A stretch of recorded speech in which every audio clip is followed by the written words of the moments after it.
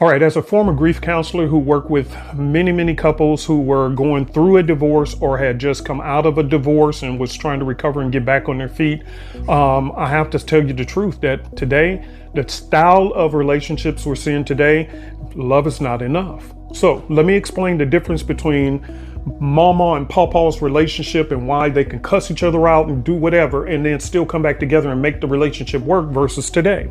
So write down in your notes, covenant relationships versus contractual relationships. Okay, you're going to learn something very important today. Covenant relationships versus contractual relationships. So the way relationships used to be is under the umbrella of a covenant. That means we are in this agreement. We're going to be in this thing together. I love you unconditionally, just like God does. Okay, it's a covenant. It's not. It really doesn't need you to be involved in this. I've made up in my mind that you're the one for me. I'm going to love you. Watch this, till death do we part. Now we're going to have issues, but my love is sufficient to love you through it so that we can work through this. And when you have two people who love each other enough that, hey, we're going to work it through hell or high water, but we're going to stick this thing out and we're going to make it work. Why?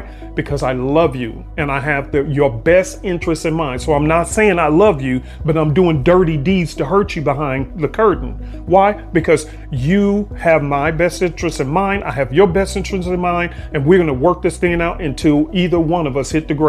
And that doesn't mean I'm going to be the one to kill you. You're not going to kill me. Life itself going to have to kill us in order to get us apart. That was the old way of doing things. That was a covenant relationship, just like God loves you unconditionally. The relationships now are called contractual love. Contractual love says, I love you because.